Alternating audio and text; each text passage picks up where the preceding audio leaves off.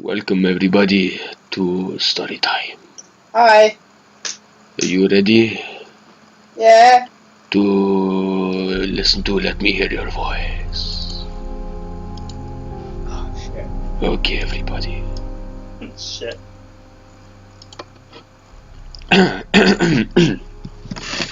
Let's begin. Let's begin. I know scary stories are fun to read, but they can also be a warning. I'm writing and posting this only because I know that people can come here without actually reading the whole thing. Maybe even with interest. I want to tell my story so that no one is stupid enough to make the same mistake that I have. I'll make it quick. Do not take this lightly. I, for one, do not like talking on the phone. I don't know why.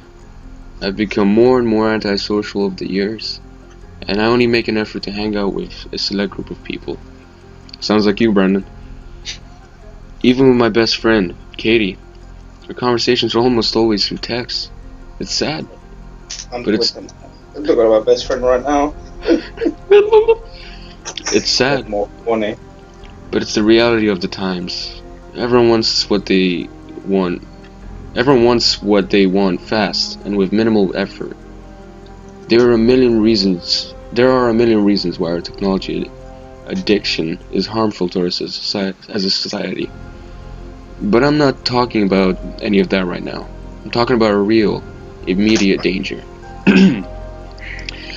When you text, just like when you talk to someone online, you have no way of knowing who's on the other side or other end of what you're seeing or what you're writing. Yes, it says your friend's name or your mom's name, because that's how you saved it on your smartphone. But what if that precious device ends up in the hands of a predator? How is a predator gonna get me? No way, man. I have no idea. When you speak No way they're gonna lift me up to put me in a van. I fucking weigh too much. When you speak to someone face to face, or God, even over the phone, you can hear their voice. You can tell that you are speaking to the person you intend to speak to, and you can hear things like sadness, stress, or joy in the tone of their voice. Through text, you don't know. You just don't know. You may think you know, and that something weird is like, and that something weird like this won't happen to you. But you're wrong. That's what I thought too. Keep reading, please.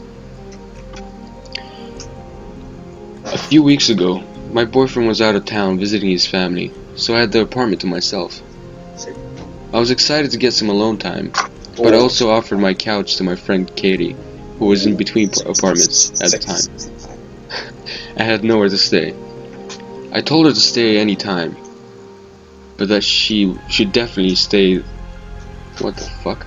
But that she should definitely stay that weekend because it would be just us, and she wouldn't have to feel weird staying over when my boyfriend was there. Fucking sexy, definitely.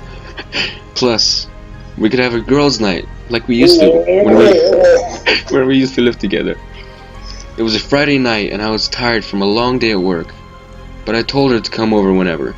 I also called an electrician over. She said she would be out late with her friend John and would probably just stay at his place. I said, okay, and went to bed early.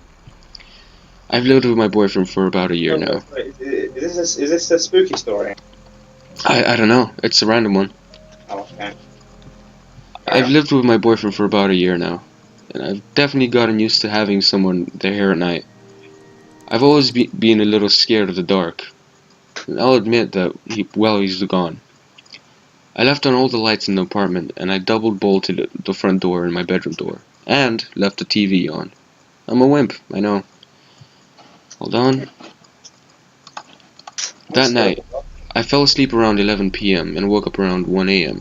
to text Katie, saying she really needed to come over. It said, "Please, can I come over? I have nowhere else to go." I told her to go ahead, but to call me when she got here and knock because I would probably fall asleep again. She said to just leave the door unlocked and she would be quiet coming in and lock the door behind her. Oh, it's a predator story. Yeah. I felt a little weird about it because it was late at night, and I was being a little paranoid. But in the end, I figured it was safe. It was a safe neighborhood, and I would just lock the bedroom door for good measure. I told her I would leave it unlocked. "Thank you. I'll see you soon," she wrote. "No problem. The address is 1422 Mount Vernon." And I'll be asleep from then to then, and my parents are away on this day, and Apartment 3, in case you didn't save it from last time, I wrote. Katie had only been over once, and I didn't want her to call me and wake me up again when she realized she couldn't remember which building it was. I fell asleep with my phone in my hand and the lights on, with the bedroom door locked just in case.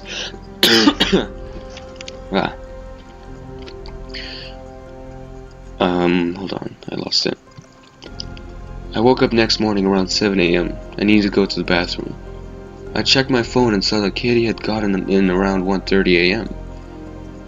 "I'm here," she said. I opened my door and looked around. She was gone. The blankets on the couch were moved, so she must have slept over and left early for work. I made some coffee, and when I walked back into the living room, I noticed muddy shoe prints all over the living room rug. God damn it, Katie. I went to get it. A slight drip of white down my face. I cannot tell what it was. I went to get a paper towel on. Oh, it gets better. I went to get a paper towel and saw that the tracks were leading over to my bedroom. Oh, I told you. There were muddy handprints on the door from the ground to the top, and most of it was on the doorknob. I immediately ran to the front door and locked it. Something was wrong. I knew something bad had happened, but I couldn't wrap my head around it. I called Katie's phone, but she didn't answer. Maybe something had happened to her, or she was just really drunk that night. The ringing just comes from my bathroom. But I needed to speak to her and see if she was alright. I called 3 minutes, and she didn't answer. I called 3 times and she didn't answer. The mud was making my apartment smell bad. It smelled like rotten vegetables. I remember crying then, and I called Katie's mom. I didn't want her to worry, but I just had a terrible feeling. She answered and told me that she was with Katie, and she was alright. I was so relieved, but before I could fully take a breath, her mom told me that Katie had been mugged when she was out in Hollywood that night before, and that they were both at the hospital. What happened? When did this happen? How could... Okay, I scrolled down and... What happened? When did this happen? How could she get from my place to the hospital? I would have taken her, I said, feeling guilty for sleeping through it. Last night? No. She came right to the hospital last night. John was with her and said that a man hit her on the head with something when she was leaving the comedy club and tried to drag her to his car. But John intervened when he caught up with her, and the man got in his car and drove away with Katie's purse. He took her phone and wallet and ID. And everything. Thank God John was there. He brought her straight here. I could hear my heart beating in my ears. When did this happen? What time last night? I said. Her mom asked something I couldn't hear, presumably to John or the nurse. They say around 12 p.m. last night. I think I started crying again at one point. I think the white sticky stuff is almost picked off my shirt now. That was way before Katie texted me last night. Then my phone buzzed in my hand and I looked down. A text from Katie. "I'm here. I'm outside the door. Why did you lock me out? I just had to get something from my car. Let me in," it said. I could hear Katie's mom still talking. She was saying Katie wanted to talk to me and that she would hand over her phone since Katie's was taken. I looked at the front door and started backing away into my bedroom. Katie's phone started calling me and texting me to let whoever it was in.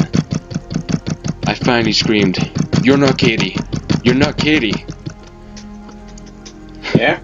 I called Good, I called the police and locked myself in my bedroom until they got here. There.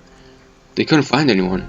And Katie's mom shut off the cell phone immediately because we kept getting strange calls and text messages asking us where we were and can I come over?